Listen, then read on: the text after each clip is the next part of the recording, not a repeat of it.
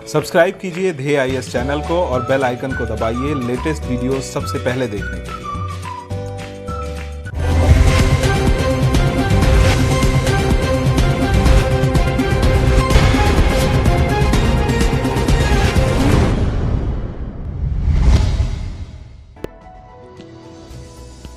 The novel coronavirus has led the world to the verge of shutting down. Amidst this, few countries have come up with the ideas and strategies to slowly uplift the shutdown. One such strategy is issuing the immunity passport. Some governments have suggested that the detection of antibodies to the SARS-CoV-2, the virus that causes COVID-19, could serve as the basis for an immunity passport or risk-free certificate that would enable individuals to travel or to return to work, assuming that they are protected against reinfection. WHO is against this concept and has warned against the issue of these immunity passport. In today's edition of our DNS, we will talk about immunity passport and why the WHO has warned against it. Coronavirus disease that was first noticed in China has now become a worldwide issue, and the WHO has declared it to be a pandemic.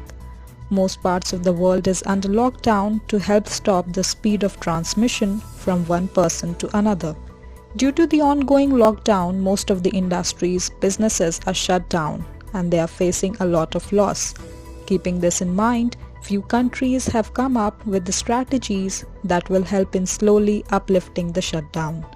One such strategy is issuing immunity passport or similar certificates to the people. Immunity passport is a kind of a certificate which states that a person who has been issued this certificate is immune to COVID-19. This means that once a person was infected with the virus and now has been recovered, but the scientists are still not sure till when this immunity will last, or the people who have recovered from COVID-19 and have antibodies are protected from a second infection. The development of immunity to a pathogen through natural infection is a multi-step process that typically takes place over 1 or 2 weeks. For a person to be given an immunity passport, doctors will need to first check the person's blood to see if coronavirus antibodies are present. The antibodies indicate that person has some degree of immunity to the virus. There are a few issues with immunity passport as well. Even WHO is opposing this idea as there is no proof or research work done in this area. It is opposing this concept on the terms that there is no evidence that the persons infected or recovered from COVID-19 will not be infected again. It could also give people a sense of false security as antibody tests are not always accurate. They will need to be carefully validated.